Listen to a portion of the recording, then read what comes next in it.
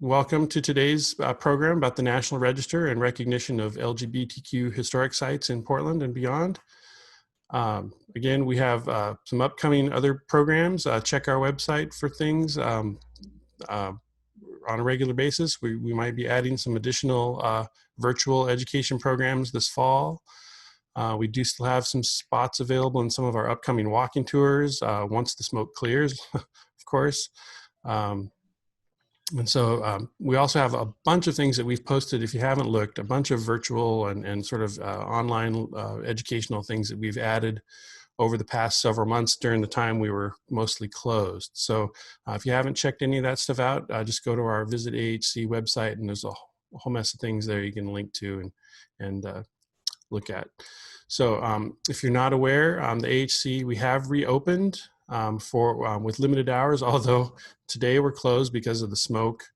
But we've been open now for a month and a half or two, and Thursdays through Saturday, 11 to 5 are our hours right now.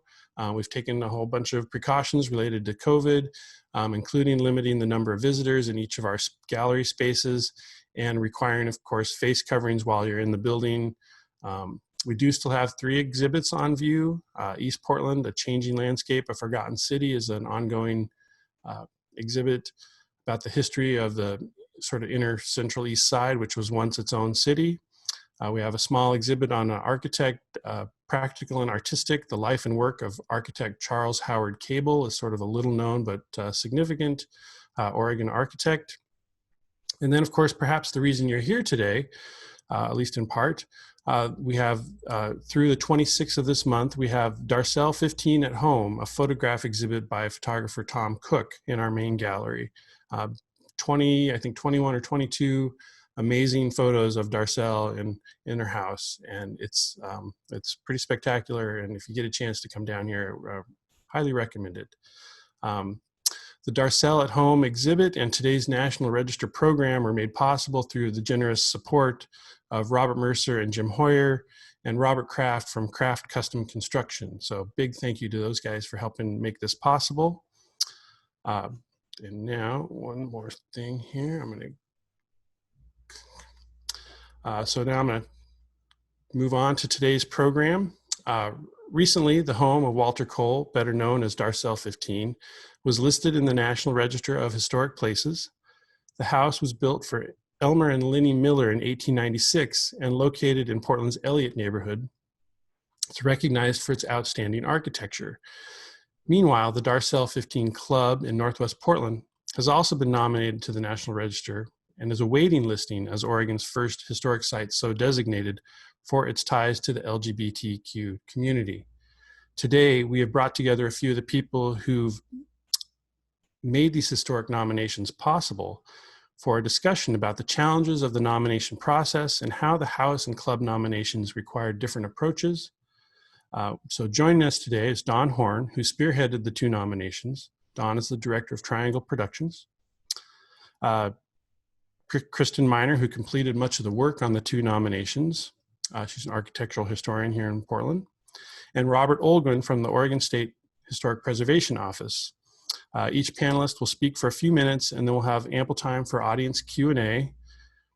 So what I'm going to do, I'll be turning off the chat function. And so we have, if you're not familiar with Zoom, there should be a Q&A button in the sort of bottom center. If you hover your pointer over that, Q&A button will come up. You can put your questions in there as we go along. You don't have to wait till the end.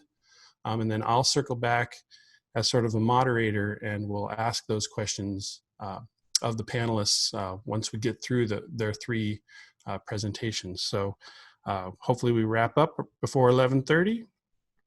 And with that, let's go ahead and get started with Dawn. If you want to tell us how you came to be involved in this and a little bit of the backstory, since you were the one that sort of the driving force behind these nominations. Thanks. Well, thank you. This is quite interesting to do, so I want you to know that. Normally don't do a lot of Zooms like this. I've known Walter Cole Darcelle for about 30 years. I wrote a play about Divine back in '94, and in '92, I approached him saying I would be doing, I want to go back on stage. And our relationship has been throughout the years, as friends, as people, you know, that work together in the theater world, in the arts world. About 3 years ago, I worked on trying to get him involved on a musical. And we wrote a musical called Darcelle, That's No Lady, which we opened last September at PSU. And with that, I started going through some of the documents, and I started noticing that the house was at one time going to be nominated or going through a process. His partner, Rock Newhart, had pulled some of the documents together.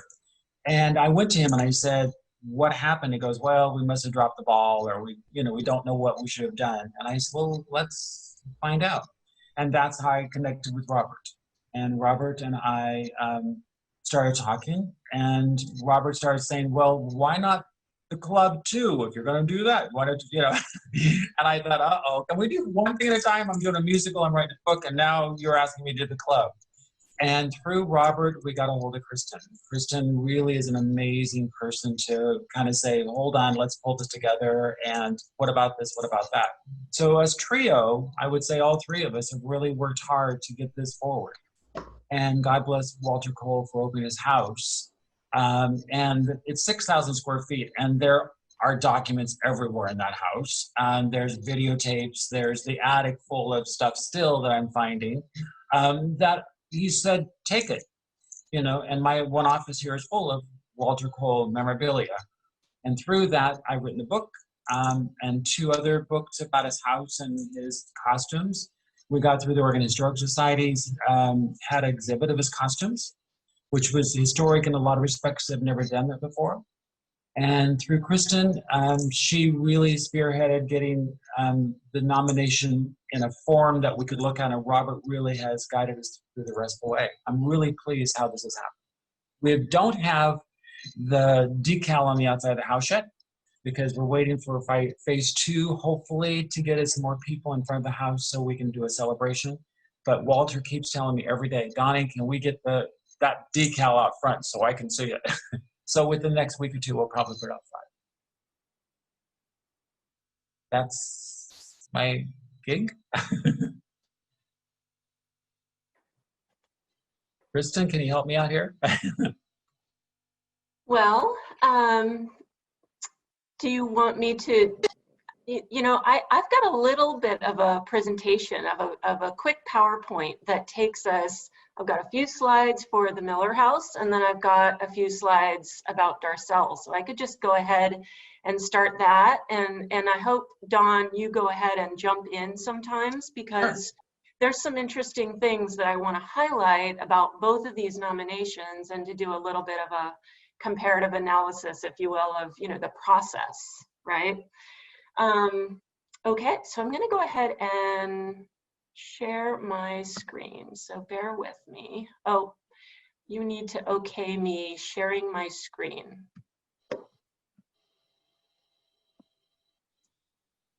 That's Val. Yeah, Val and Katie. I'm not exactly sure where that was. We haven't had it before. Bear with us, everybody. Well, I will say one thing before you do that, and that is the house was known as the Elmer Miller House. And through the process of us talking, we really felt like Lenny should be as honored as Elmer.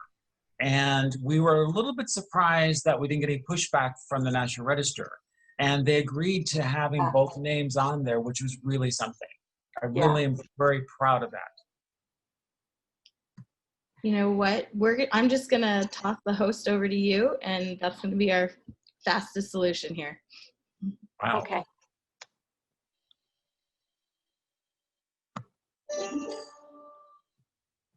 I am the host now. How exciting. The power is coursing through me. All right. Sorry about this. You get to see my background here, and let's try full screen. Okay, can everyone see that? Yep. Terrific. So one of the interesting things about nominating the Miller House, which is the image to the right, this was as it was in 1970, what, 7 or 78, Dawn? Yes. Okay. And this is when Walter purchased the house. Looked like this in this right-hand photograph. And what I'm showing you on the left is just kind of a random selection of other houses in very close proximity. The reason I'm showing you these is because I think you can get a sense of why this house was nominated, which is it's in a neighborhood in Portland, Oregon called the Elliott neighborhood, which has this wonderful collection of Queen Anne residences. So the house was nominated under the auspices of this existing document. So this house basically just kind of needed to be plugged in to an existing document called a multiple property documentation. Kristen? Yes. Apparently we can't see the PowerPoint. Folks can't. Yeah, sorry. Okay. I'm going to try it again then. Well, and to piggyback while you're doing that, and that is that there's a list of houses that are before 1900. And so what I had to do is drive through the neighborhood and find those houses that were before 1900 that fit all of the criteria. And these are some of the houses that fit that criteria. Absolutely. Okay. And Is this working? Yes. Yes. The house in the middle bottom is the house right next to Walter Cole's house. Right. And so what I was beginning to talk about with this multiple property documentation, it's a way for historic nominations to happen a little bit more easily because all the sort of background historic work has been done. And what you get is a document that lays out very specific eligibility requirements. So in this case, the MPD, as we call it, multiple property documentation, said that if a residence is within this certain area and is Queen Anne in style and was built between 1880 and 1905, and it still has integrity, in other words, you still really see the original design of it and the original materials, even if there's a few changes, then it should be eligible for the National Register. And that's exactly the process that we went through. We used that document and we just sort of took out, the registration requirements, and we said, yes, here's where the, I want to say Walter's house, but it's really the Miller house, the Edward and Linnie Miller house meets those requirements. And Dawn, along with, I want to say you, Val, Tanya March, had already done a lot of research. So there was research done on, as Dawn mentioned, all these comparative properties. That's always part of what you have to do with any National Register nomination is research comparative, similar properties. And then also just the background of the house, when was it purchased? When was it lived in? What were the alterations? Things like that. So, so I came along and, really just sort of in the last 2 weeks, helped this team polish it up, get it submitted. I think we replaced some of the photos that had been taken, just, get it. It's a pretty technical document, a National Register nomination. So really you are just sort of going through this established selection of requirements. There's a certain map that needs to be submitted. There's a certain, statement of significance, there's, and just all of that information is, I've done quite a series of nominations in the past. And so I was lucky to be able to, get pulled into this and get this submitted. I have a couple more slides about this house. Let's see here. One of them is just a few maps. So I'm just getting you oriented on the left-hand side. to the Elliott neighborhood in the city of Portland. So again, this multiple property documentation specified that it had to be in this certain area, which happens to be a local historic district. In other words, called it's a conservation district in the city of Portland. And the Miller house is located kind of in the southern end of that little area. And you can see it on the right-hand map. It's a corner property as befitting that, that wonderful turret that you saw in the image. And it just sits there at the corner of Northeast Thompson and Northeast Rodney. It also has a couple of properties to the north of it and one to the east of it, or west of it, excuse me, that were associated with the same family, the Miller family originally.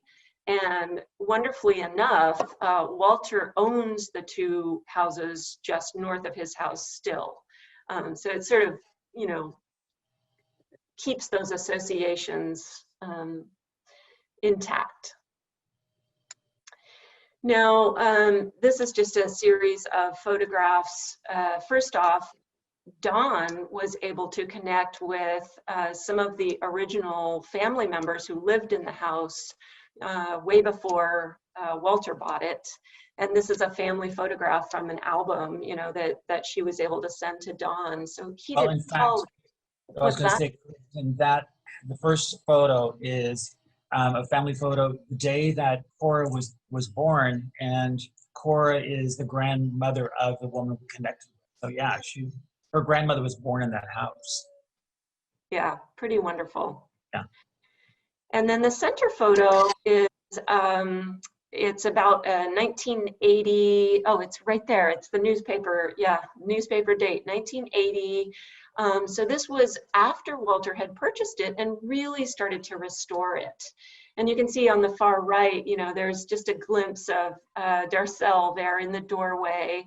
And what Walter did is restore much of what had been stripped out of the house. It was in pretty sad condition, and there were basically none of the original stained glass windows left.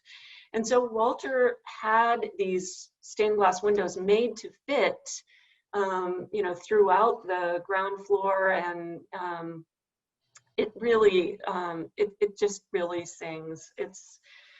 It's a wonderful place, and I hope everyone gets a chance to go online and see the photographs that Tom Cook took of the interior of the house. They're so much better than the ones that I submitted for the National Register, but what can you do? Do you have anything else to add, Dawn, in terms of the Miller house? Well, I think the one interesting thing is there's a lot of history of the Miller house that we uncovered. And one of those is that in 1950, there was a gambling ring in the basement. And then there was this guy on the first floor that, I don't understand how this ever happened, okay? It's a crossword puzzle tipster ring. And the police came over to arrest him and found the slot machines in the basement, the 27 slot machines. So that was interesting. Finding that, that Lenny died in the house, that there were children born in the house, that the history of this house, there's more than just the facade of the house or the structure of the house. Absolutely. And he's hosted a lot of great events there, which also he's opened the doors to a lot of charity events and also to people that are well known to host them and to honor them. So he's done a really wonderful job of not just closing the door and saying, this is my home, but he's opened it up and let everybody in. I'm really proud of him. And Dawn, when we went to there's a state board that basically sort of, reviews all of the nominations in the state, and they do this 3 times a year. And so when we went there to present this property and this nomination, I remember we got a question, well, why isn't this called the Darcelle house? And the answer is really that although we tried to put some information in there about Darcelle and the current ownership, the house was really architecturally significant for a time that predated Darcelle's ownership. Right. So we knew that, you know, well, Dawn was really ready for us to start working on the club. And so we put as much information in there as, you know, we could kind of squeeze in about Darcelle and about the current ownership. But really, that aspect of the nomination was pretty limited. Right.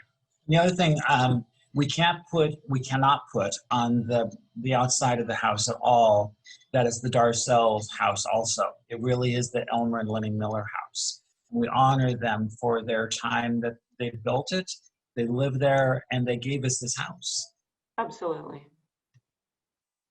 It's a wonderful home. Okay. It has 31 chandeliers. You know, let's go there, right? The structure. Yeah. Oh, yeah. Val, have you ever walked through the house? I have not. I've only seen all the photos. So Yeah. Robert has.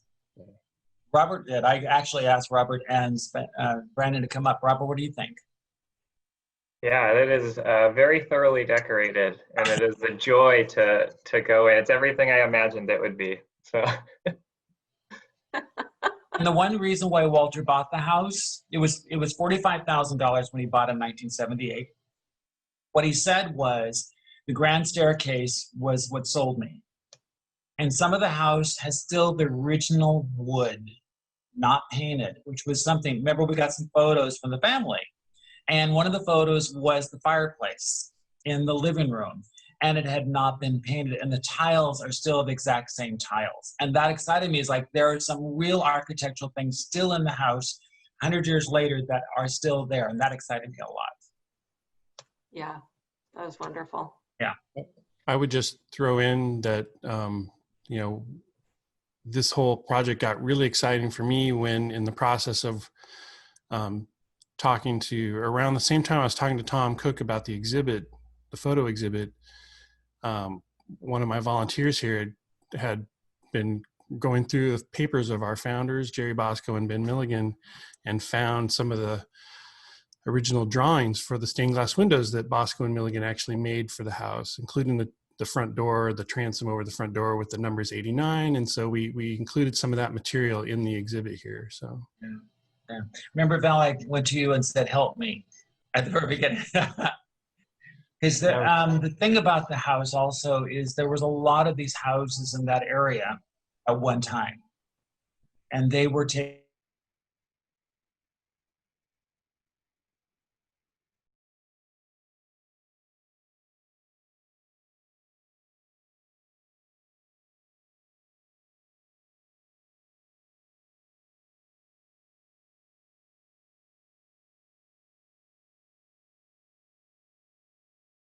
I will note that Albina, which I'm going to actually go back to the map. So the map on the left shows the Elliott neighborhood, which is really kind of the southern end of Albina. It used to extend from, you know, about even a little bit south maybe of the Broadway Weidler corridor there that you see, and all the way up into North Portland. And maybe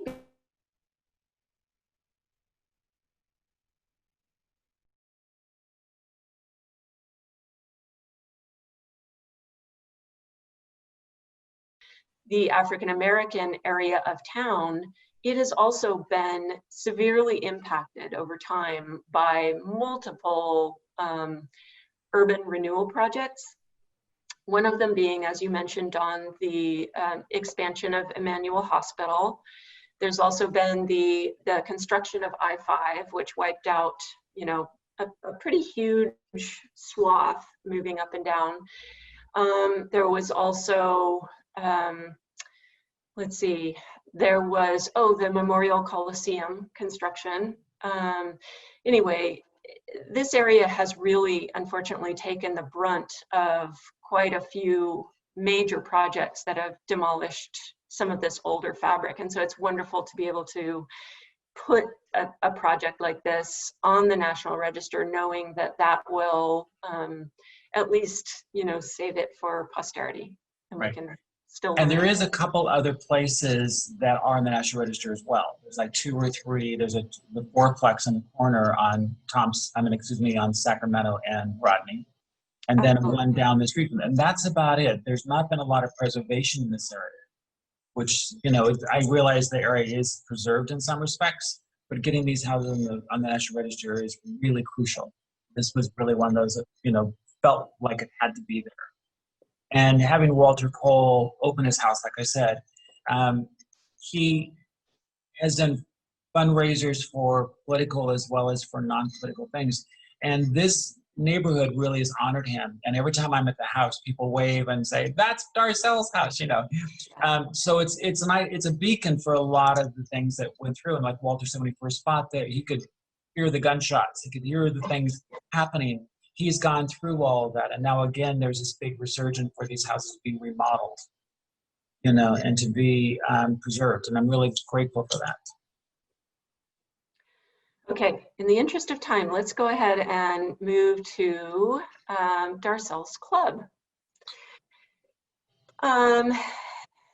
So just to kind of place you back in Portland, I know this isn't really a map, but I found this aerial really compelling. And what it shows you, let's see, the lowest bridge that you can see is the Burnside Bridge crossing the Willamette. And so we're back on the west side of town here. And the building that you can see in the photo, kind of colored a sepia color, is what was originally built as the Foster Hotel.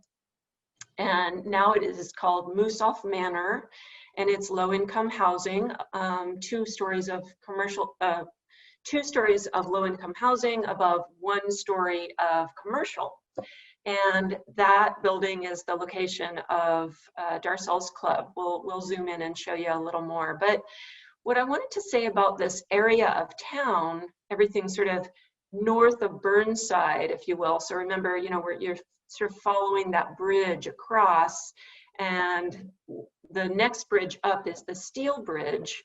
And this little area of town in here has always been an area of a lot of itinerant sort of immigrant first landing spots. This is the location of our train station. And it's always had a lot of lodging places for, you know, people coming through town, single people looking for work. And it's also developed a reputation, which is, you know, perhaps still there, for having people who are down on their luck, you know, homeless, and prostitution, you know, things of that sort of. So it's always been called, you know, sort of Skid Row, or, you know, one of these other negative names throughout its history, I have to say. So even from the times when it was sort of Chinatown and Japantown, it was also known as, you know, the place where you could go and smoke opium and gamble and, you know, all of those things. And, you know, today it still has its challenges. There are a lot of social services located in this area.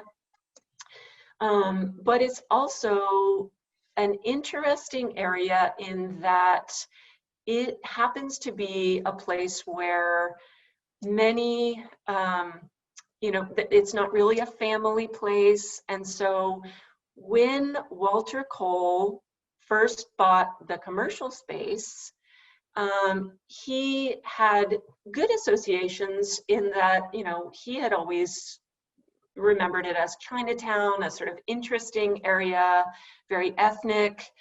And he also knew that it would be a little bit out of prying eyes, shall we say, so off the beaten path. And that was both a challenge for him in getting paying customers, as well as an opportunity, I think, for him to do what he wanted. When you talk about what he knew about this is Chinatown, when he was a little boy, his mom and him would come in town from Linton and have dinner at the Manila restaurant. And that's his fond memories of doing that, is always taking, the trolley in or the train in and having dinner there. And he says, what's odd is we look across the street on the wall there, it still says the Manila. And so that's a memory, and he's 89. So it's been, 80 plus years. Yeah. So the building, so let me talk a little bit about, just briefly, some of the initial challenges. And Robert, perhaps you could jump in a little bit too, because we sat down not only with you as, sort of how can we nominate the club? So first question, the club is a part of a building. Do we nominate the whole building? Can we just nominate the club? So that was, the first idea we had to grapple with. And the National Register is actually quite clear. Again, this is a pretty technical type document. So you can either nominate something as like a district, you can nominate it as a site, a structure, an object, or a building. And if it's a site, it has to be kind of, outdoors. Like there could be structures there, but it really has to be this sort of collective space. But if it's within a building, it can't just be part of a building, it has to be the whole building. So that was the first thing we had to wrap our head around. Okay, it's gonna be the whole building, and we'll just focus on this commercial space within the building. Let's see, I'm going to, okay, next slide. The next thing we had to focus on was what should be the period of significance. So whenever you are nominating a property, if it's for its architecture, for instance, you're generally going to choose just one date, which is when it was constructed, and that's pretty easy. But if the importance of the building isn't really for its architecture, but instead for its cultural significance, or I'll get back to that in a second, but then you have to look at a time span in which the property sort of became what it is, or had an event happen there. In other words, you really have to define that, the beginning and the end. So we sat down and talked about, okay, we know the beginning point because that's when Walter bought it, 1967. So then, how do we set the end date? And we can come back to that because Dawn, I think, was the one that finally sort of pinned that down for us. This was quite a team effort all the way through. The next issue we had, once we got past 1970, which is 50 years ago, we knew that we were going to also have to say something about, there's a special criteria for properties that have achieved significance within the last 50 years. And you have to sort of meet this special little exceptional importance criteria. And so we thought about that, can we really meet that? And we all agreed that yes, we could. And so we developed language to really address that specific criteria G, it's called. My nerdiness is showing here. But we did have to really take that into account as we were developing the period of significance. The other thing, and this is something I started to allude to, is what exactly is this significant for? And a lot of people initially think, oh, well, it's significant because of Walter Cole. It's the person, it's Walter, it's Darcelle. Walter Cole is an icon. Everyone in Oregon knows about Walter Cole. Many people outside of Oregon know about Walter Darcelle. So that's the reason. But when you look at the criteria in the National Register about, you know, trying to nominate something in association with a famous person, you realize that almost invariably, and maybe there are exceptions, but we had a really hard time finding any, that person has to be dead. I know that sounds awful, but we couldn't really see why that was the most important thing about this property. Instead, we honed in on the club. You know, what has the club meant to Portland, to Oregon, to the Pacific Northwest, and honestly, to the United States? So that was another question. You know, what level of significance? So you have three choices on that. It's either local, it's statewide, or it's national. And we picked national. This property is really important. We're gonna talk a little bit more about the reasons why, but so it's getting all of these ducks in a row that really made this property nomination challenging. The next thing I want to bring to the fore is the issue of integrity. So that's something this slide in particular is really beginning to hint at. And when you look at the succession from 1967 to 1974 to 1979, you see just the outside of these two little storefront bays that make up, you know, the outside of the club, you see some changes there. And this club has not stopped changing. You know, it's, I have another slide here. So on the left, that's a slide from when, Dawn? Sometime in the 80s. Early 80s, yeah. Yeah. And the club exterior has continued to change and evolve. This, the right-hand slide is the club now. And in some ways, the building has been restored. You know, the outside looks much like it was, you know, when it was first constructed, which is great. But so the challenge is, how do we show that that time period, 1967 to 1975, which is what we ultimately decided on, still has integrity and still shows, you know, that you can come up to the club and recognize it, you know, from its time period.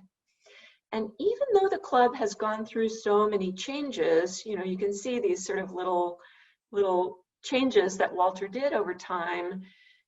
Most of those exterior elements were still kind of underneath, you know, there was sort of a, you know, a little bit of window dressing or added, you know, patina. So in the center photo, 1974, you can see there was a period of adding these wood shingles and these diamond paned windows that Walter, you know, repurposed from another building. So it's, you know, it's just this series of changes, and that's typically been a real issue with National Register properties. It is very difficult to get something nominated that has had this many changes. I'll show you the interior in a minute, and that has had similar issues.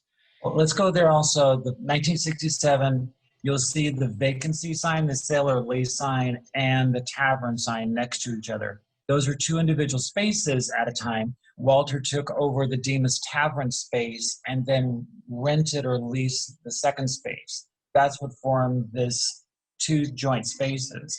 And the other thing is that in 1974, what he did was, if you notice progression, it's like every era, there's something that he wanted to do to show that he's now moving on to the era, you know. So, of course, the shingles were 1970s. And then, of course, you see the next slide when you had the the leopard print type of thing out there, the white, type of thing. And he did that all the way through the club. So every era, he's kind of done that until just over the last 10 years where they've repurposed the building. It's quite interesting to see his eras with his life. Yeah. Trying to bring people in as well. That's what he said. That was there wasn't much you could do with the outside to bring people in, so he had to make it fit the era as an advertising tool. Okay, so I'm leery of time here. I want to get through this and give a little time to Robert here. Sorry. But here we moved to the interior a little bit. And one thing that, Dawn, you did sitting down with Walter was create these series of diagrams of the club. And this was so important. I mean, I think you and I both made these spreadsheets with historic photos, and we sort of, dove down into like dating each photograph based on incremental changes and little, this was here, so this must have been then. It was just this whole reconstruction timeline. And you then made this series of diagrams that really showed how the club changed over time. So in 1967, this center diagram, you can see the space was definitely still, two spaces. You can see that line. There was a wall down the middle. Across the top of the diagram, those are the two different storefront entries. So those little notches just indicate, that's kind of the inset where the door is. And so having taken over these two spaces, and what Walter inherited, was first this kind of tavern on the left with, an old scummy bar and, stained linoleum flooring and a whole bunch of winos who would come in at 8 a.m., right? And then moving slowly to become really, in its first iteration, it was really kind of a lesbian bar because of Walter's friend who he hired, Papa Scott, who came with her, coterie of lesbian friends who were paying customers, and Walter was thrilled about that. The winos certainly weren't participating in, making a living for Walter, and so he needed these customers. And then slowly he's beginning to, and I only showed a couple of diagrams here. I have one more to show, but Dawn, you gave a whole series, just almost, year by year. So I'm leaving out quite a few stages, but you can see on the right hand, working at night, Walter and the company, as it really started in those early years as a drag venue, they took down that wall between the two spaces and they left two columns, and Walter had a sort of big beam put in, and they were able to ultimately expand the space to the two spaces. So that right-hand diagram here is ultimately how it was up until they had the commercial kitchen put in the basement and had to bump out a stair. But this shows finally the stage in its, in its full width across both spaces. And I also just wanted to show a few of the images, and these are anyone who writes a historic nomination. I hope for you to have a researcher like Dawn, because Dawn has been able to get all of these photos, and they're all just, they're Walter's photos that he had just like stored everywhere in no order, in no, just everywhere, right, Dawn? And so some of these are dated. You can see this one on the left, April 1972, and these are, from when the stage was still only across half of the space. So anyway, what you're seeing is, this progression of the space being a very you know, seat of the pants operation. I mean, first was a table set on an existing metal safe on the floor. That was the first stage. And then over time, you know, it changed and it grew into what it is today. So this is a photo of the current space, and you can still see that column, you know, landing on the stage and the beam cutting across, you know, the ceiling.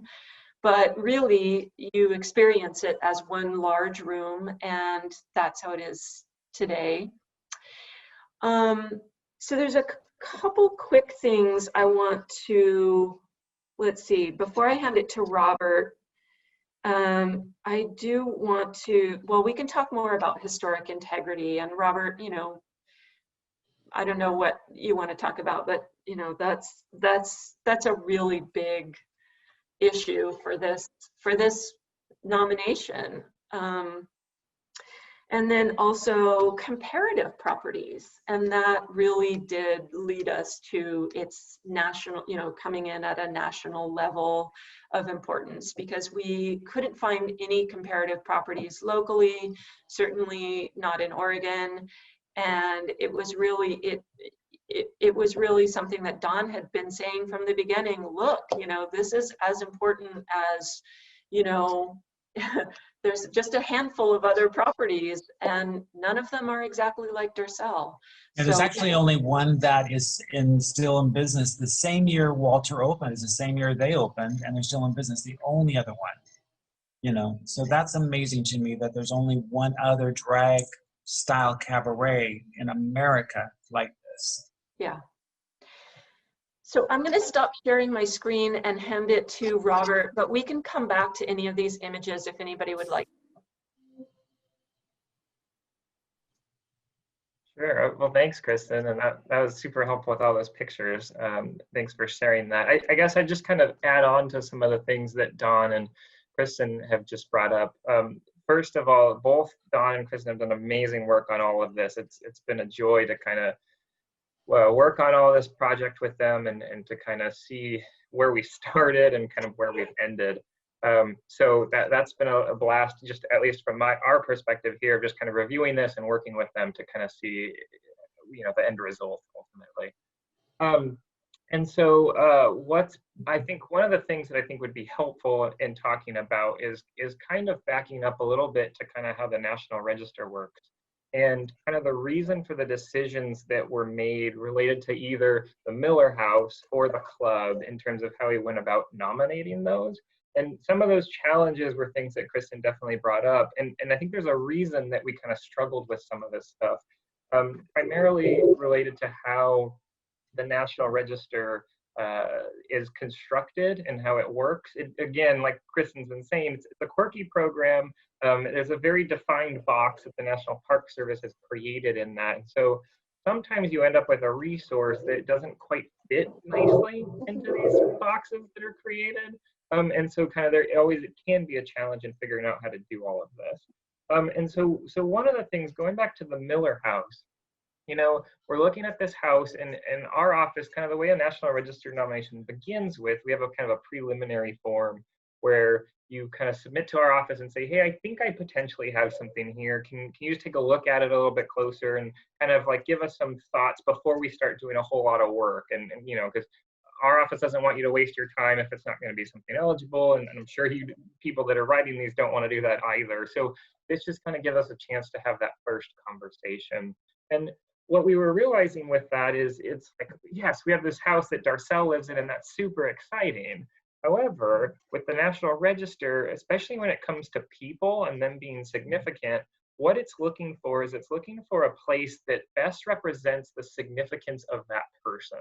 And so when you have something like Darcelle, who lives in this house, that's exciting, but is the significance of Darcelle based in that house, or is it based somewhere else? And so that's kind of what Dawn was talking about when I was going, hey, well, what about the club here? Because if we really want to highlight what Darcelle and Walter have really done, you really need that club. The club is where that story happens, right? It's not necessarily the house. It'd be no different than you know, maybe an important mayor of a town, right? Yes, it's great that they live at this house, but really where they did their real big work was at their place of office, probably the city hall or whatever it is. And so then what we were looking at with the house is, well, under this box that the National Register creates, how can you link significance to that and get nominated? And I think for most people, they understand the National Register as a way to kind of talk about architecture. And, you know, kind of when we're looking at a house, we're saying, oh, it's, you know, a great example of a craftsman bungalow, and here's all the reasons why. So when we're looking kind of at the Miller house, it kind of was that same story is, yes, we can talk about owner history and we can talk about Darcelle being there, but really when we're looking at the way the National Register is constructed, the best way to talk about significance is for its Queen Anne architecture. And that document that Kristen was talking about did make it a bit easier to have, you know, to nominate this through that architecture, that multiple property document. Really, when we were looking at that Elliott neighborhood, there are very few Queen Anne houses left. And so kind of the way that document's constructed is it just fit really nicely into that. So that was just an easy way to get that house nominated. So when you look at that nomination, it's really about the architecture of the house. It's really very little about Darcelle. There's information in there, but not really. Then moving on to the club, when we're looking at that, now that was our chance to really have that conversation of how best to tell Darcelle's story. And so when we're talking about the different criteria that Kristen was talking about, there's four, and they use letters A, B, C, and D. And when you're talking about a criterion A, what they're looking for is some sort of historic event, something like, you know, think like a civil rights protest, right? That would be a great criterion A story. Criterion B would be about a preeminent individual. And when we're talking about this is, you know, somebody that's really changed the field of whatever their profession is. It's not just like the mayor of a town. It's got to be they've really significantly done something compared with any other mayor of any other town, right? They kind of got to be up there, the cream of the crop, I guess. And then your criterion C is it's really more of kind of that architecture argument. So you're looking at something more physical. Kind of, you know, something that best reflects whatever style or work of a master, those sort of pieces right there. And then you have a criterion D argument, which talks more about kind of research potential. Primarily people use that with archaeology, but it's basically we have information that we know if we keep digging into this place, we might learn more that would change kind of the field of research as we know it. So if you kind of think with archaeology, it's, hey, we know there's a significant archaeological site here. If we kept digging and pulling out things and looking at those, we learned much more about previous history. And so what we were looking at with the club, we were balancing kind of these two. Can we nominate it for Darcelle as an individual, or do we nominate it for something much bigger, kind of that LGBTQ larger context, and just kind of think about how that impacted Portland? And when we're holding those two together, with that criterion B for that significance of a person that Kristen was talking about, the challenge with that is you need to be able to draw a really significant close end of that significance of when that happens. With Walter still actively performing and continuing this great work, we can't quite draw that close because we're still kind of living in the present. And so with the National Park Service, the way they view that is we haven't yet had enough time to kind of step back from that, since we're kind of right in the middle of all of it, to think about the significance of all of this and to realize, you know, how important and how this fits into the larger context of everything. So yes, we can tell Darcelle's story, but we kind of need some time removed kind of from, whether it's just that, hey, he, says, I'm going to pass this on to the next generation and I'm going to kind of move out of the business and it's still going to continue. Whether there was some time in between there, that could maybe work, or some other scenario, but there just needed to be some space and separation in the Park Service. So then looking back at that criterion A for kind of that larger historic event, that larger context, that really seemed to fit a lot better. And one of the things that we were very quickly realizing, and this was a conversation I had very early on with Dawn, was we were talking about just kind of larger LGBTQ spaces in Portland. And I remember one conversation I had with Dawn, and it was like, I told him, we really don't have anything that we have documented or surveyed. And he's like, well, what about this place and this place? And it was like, no, I mean, we know those exist, but we don't have kind of in the world that, you know, we operate with these surveys, things that really document where these places are, the full history of these places. And, you know, that's kind of the trend all across the country, really. And we're slowly starting to collect information and gather these. But this Darcelle nomination was a really good beginning to all of that. I know Kristen and Don both were unearthing all sorts of great stories about former places that have now since been demolished. Some places still exist in terms of the building, but that business has long since closed. And so this really was like a great kind of beginning to all of that, to start looking into kind of what else does Portland have? Where else kind of might these places of importance be connected to continue developing this larger context? So kind of for our office, that was really exciting to, you know, not only we're learning all about all this really neat stuff that happened at Darcelle's and how that was really a center of this culture and this place that was a safe space for a lot of people to come to, but also the way that it connected with other places outside of that. And I know that was challenging, and I'm sure Don and Kristen, you guys can probably speak to some of the other places you learned about, or some of those other histories that you know, are like, oh yeah, what about this place or that? So I think that's important. And the other element of that, when Kristen was talking about it, is historic integrity, right? So kind of the three elements to get something listed in the National Register are: one, you have to have some sort of significance, right? So those are kind of those four things I was talking about. Two, it's got to be at least 50 years old or older. Again, that's kind of that you need enough time to step back and say, hey, is this place truly significant, or is it just kind of a one-off?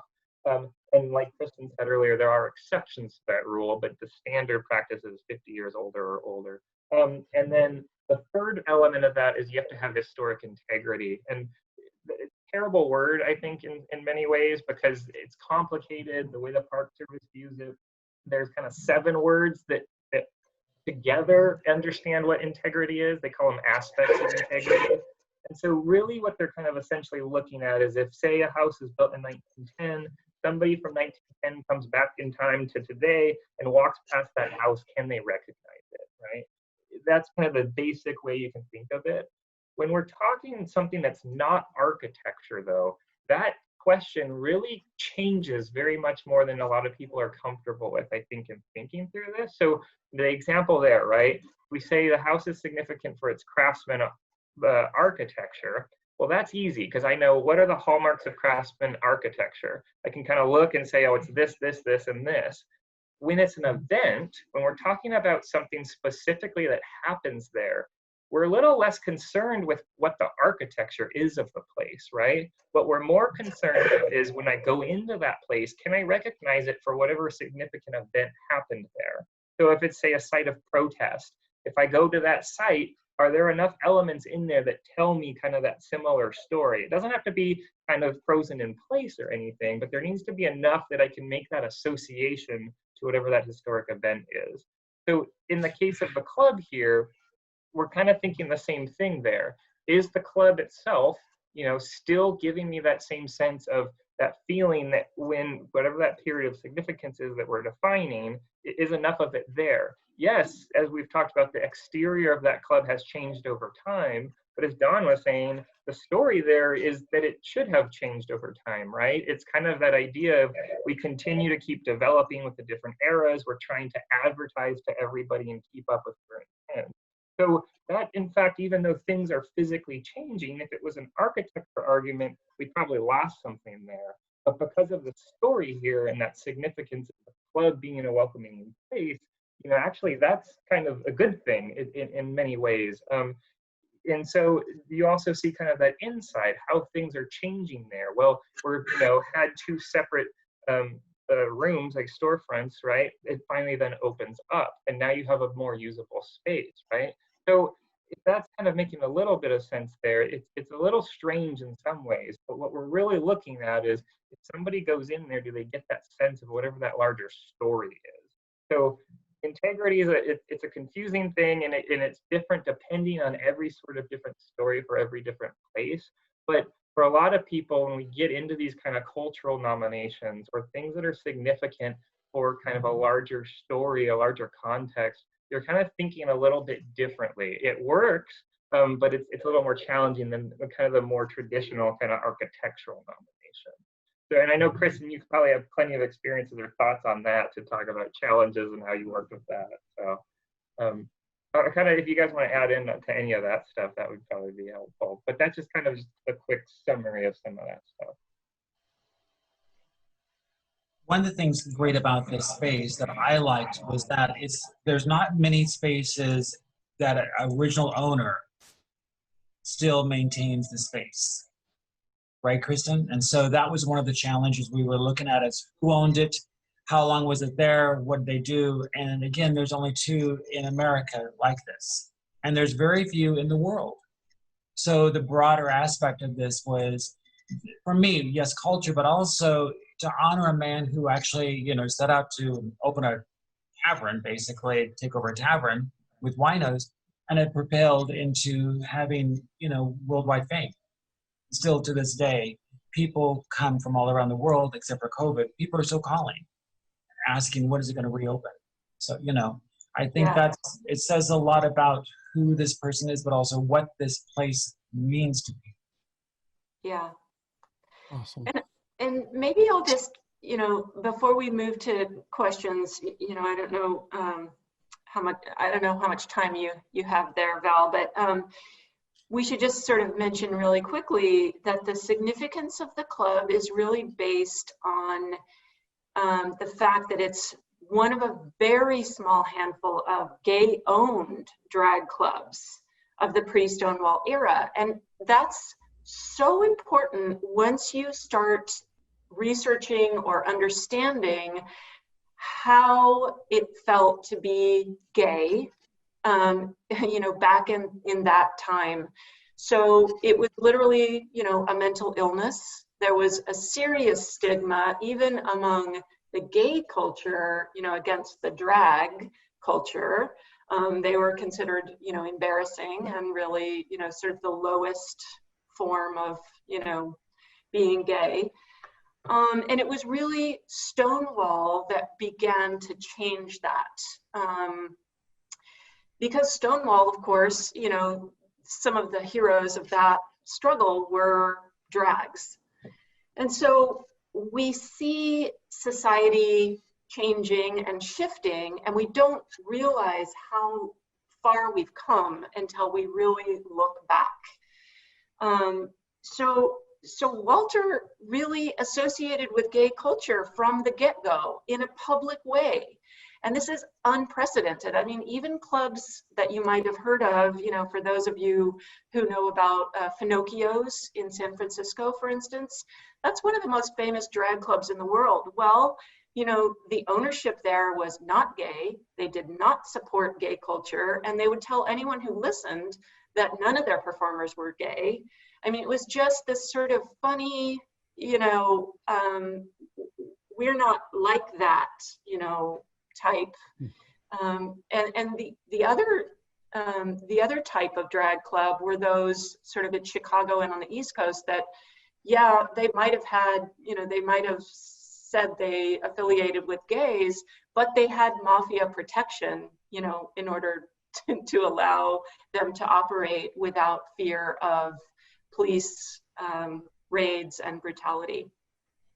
So being here on the West Coast, being outside of, what was called the gay triangle at the time, and really operating sort of, in this smaller world of drag culture, and always being open to the full spectrum of the community, gave Walter this unique footing and really enabled him to gain straight allies. So that's why he has, been in operation for so long.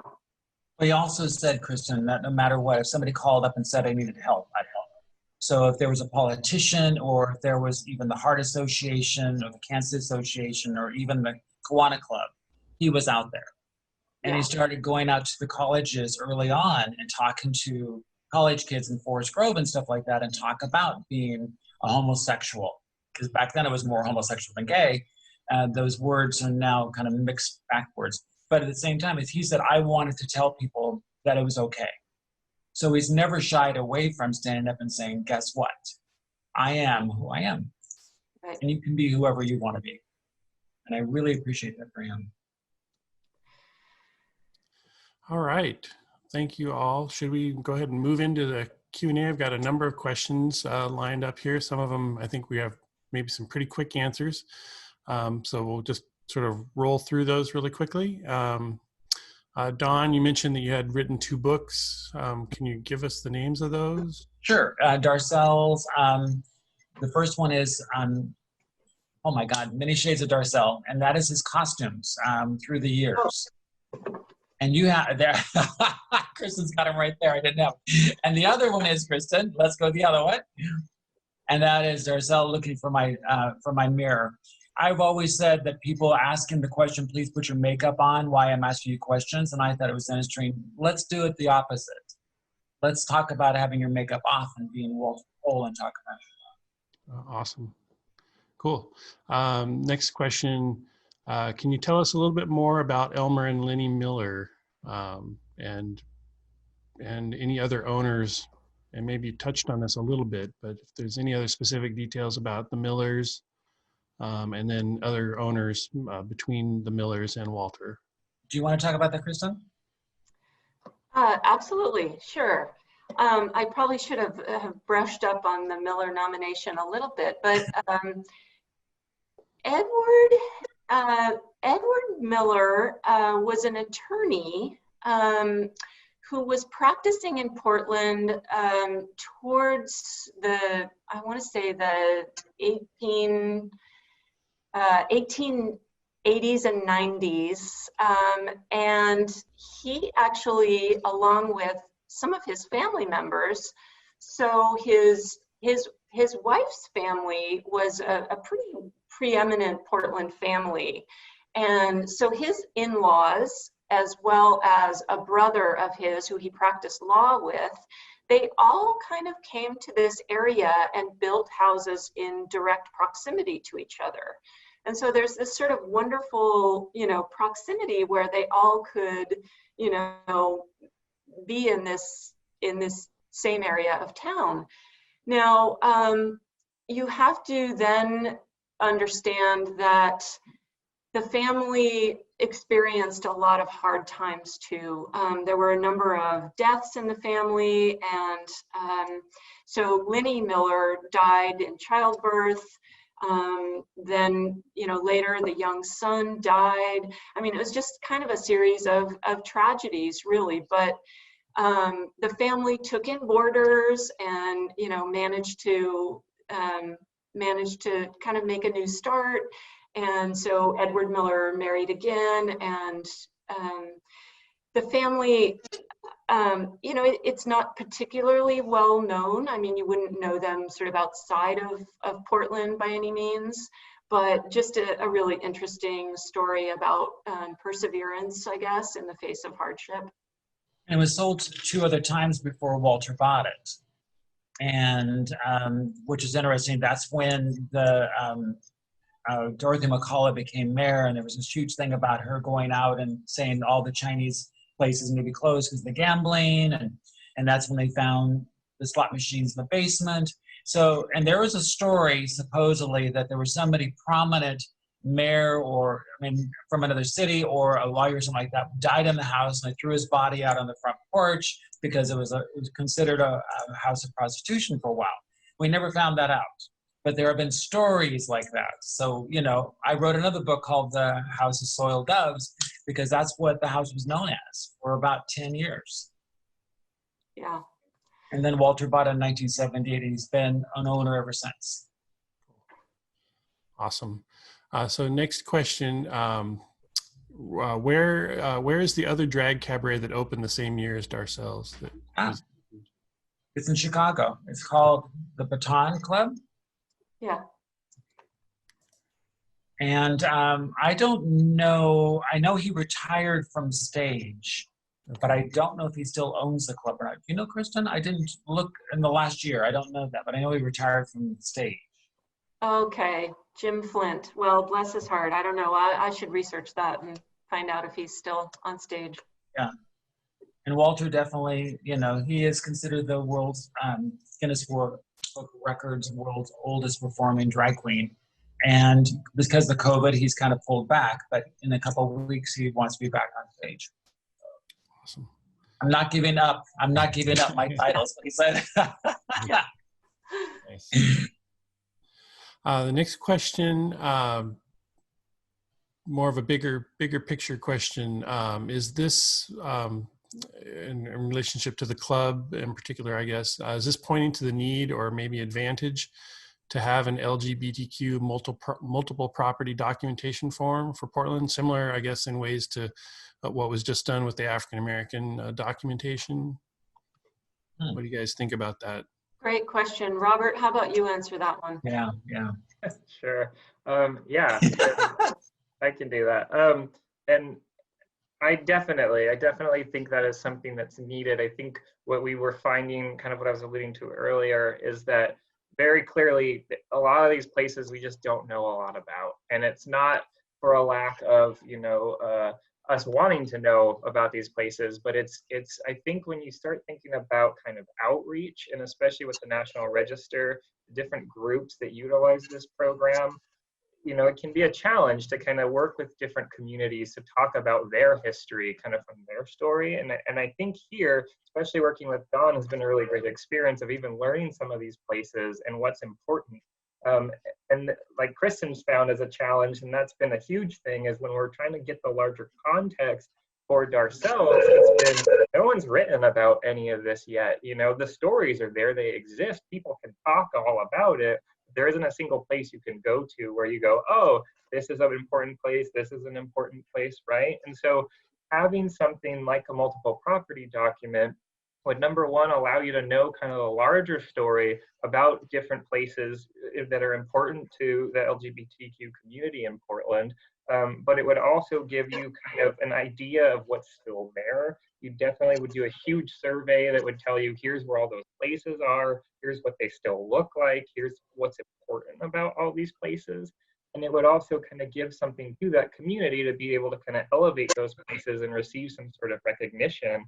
Particularly for a lot of these times, there's a lot of darker stories, related to some of these things. And you see some of that in the Darcelle's nomination of some challenges that they either faced politically or just, from the community or whatever. And as Val was just talking about, one of the things that was encouraging in Portland recently, and maybe we'll do another one of these topics, Val, I don't know, that might be kind of neat, but we just recently were able to create a multiple property document for African American history in Portland. And it's a very extensive document. And if you ever have a chance to read that, there's going to be a lot of great information that you'll learn in there.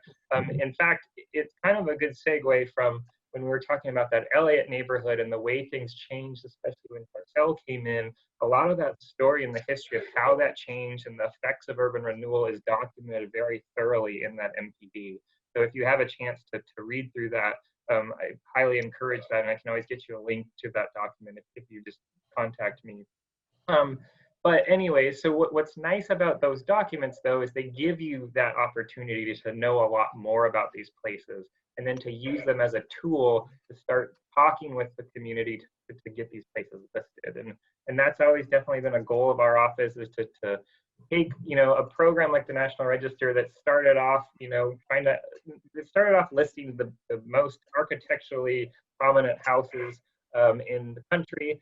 More often than not, they were buildings that were built by, white individuals, wealthy individuals, kind of this very particular group of people. And so now, since we're kind of moving past a lot of that, we're starting to get more diverse properties, and we're trying to elevate those stories. And so definitely I'd encourage, that work. I know that we've had conversations with Kristen and Brandon at the City of Portland to try to think about having some sort of larger survey done. We're working with the City of Eugene right now to develop an LGBTQ context. So they're slowly working on that.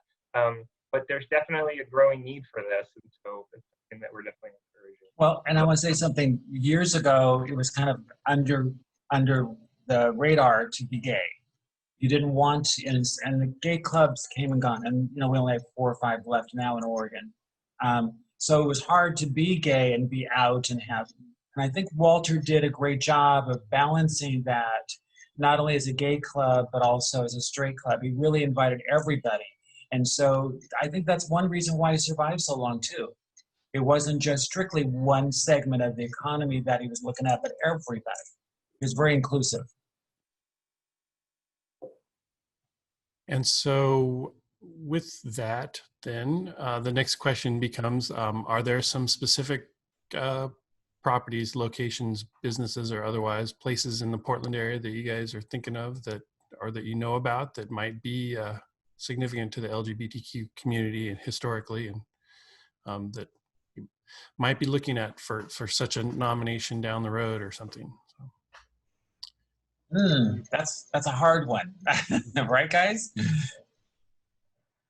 Yeah, I definitely think that's a challenge. You know, in Darcelle's nomination, there were definitely areas that were noted, like Portland's Triangle District, right? Of these places that early in the 60s and 70s, that was kind of the core of this community. But when you kind of go there now, it's, oh, look at this brand new bank building, or look at this, whatever it is. And so a lot of that story has since been erased from that. And so kind of trying to figure out how to tell that story can be a challenge. And sometimes the National Register is just not the tool to do that. Other times it might be, and we might have to get a little more creative in some of the ways that we do that. I think though, to get there, we don't quite have, you know, this is the next building to do that. For us to be able to do that, I think we need to take on a larger survey effort and really take some of these stories and start identifying these places. And I think that's the way we would be able to eventually figure out what to list.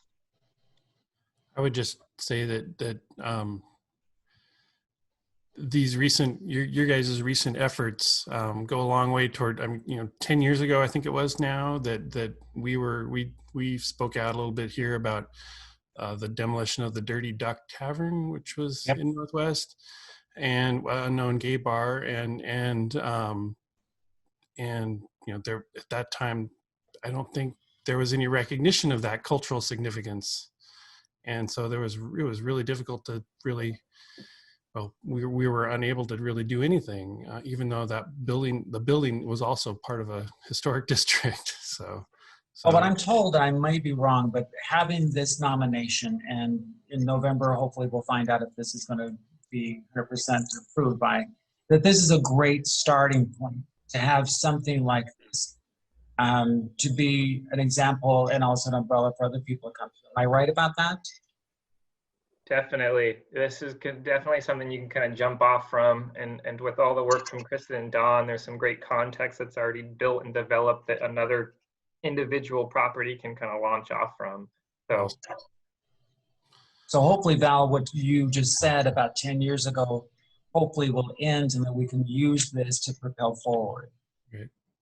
Excellent. And I do also want to acknowledge some of the sources that I used. I mean, in addition to Dawn's amazing research and, you know, Walter's sort of history and background, there's also the Gay and Lesbian Archives of the Pacific Northwest, which is affiliated with Oregon Historical Society, and they have these online resources. Thank God, because, you know, during COVID, it would, you know, we wouldn't be able to access that otherwise. And part of what's there are a series of interviews. So these oral histories become so critical to telling the story of, you know, a population that was marginalized and sort of not, you know, shared in public. And another source of oral histories that I found was, I think it's in, let me see, it's in the Washington State Archives. So it's a whole series of interviews done in Spokane. And so they had their own little, you know, their own little chapter of the imperial court system, which was a big drag system that still continues today, that Portland helped create. But those oral histories are something that I think we all need to be prepared to really, you know, try to get while we still have those people living with us, and to add to that scholarship. And I also want to give a shout out to, there's a National Park Service theme study that are about LGBTQ sites. And that scholarship, I mean, it's really comprehensive, you know, and it covers sort of the United States and various, you know, various types of properties, and that was great. One other source I wanted to mention is there's a book written by David Grant Cole called A Curious and Peculiar People, A History of the Metropolitan Community Church and the Sexual Minority Communities of the Pacific Northwest. And that book is so well researched. He's got this whole back section in which he lists every single location in Portland that was important in any way to the LGBTQ community. So it's sort of this awesome starting point. Right. We call it the Bible, actually, when it comes to that. Yeah. It really is amazing. And I want to say something, Val, we're very, very fortunate to have people support us in the political realm. So we've had people like Governor Barbara Roberts, support us on this. And then Earl Blumenauer wrote a letter saying that I want us to really heavily support this. So we've been very fortunate to not only have the history of us wanting to tell this, but having other people look from the outside saying, yes, this is also important. And that's really gratifying with all this 3 years of work to see that people really still care what we're trying to do. So hopefully with this story, we can have an umbrella, like I said, to have other stories come up and really make things happen now. Nice. And on that note, there's one final question. Can people write letters to any of the review boards in support of the Darcelle's nomination? Is there room for that still? Robert, because we've already had 2 and we've had a lot of support, so.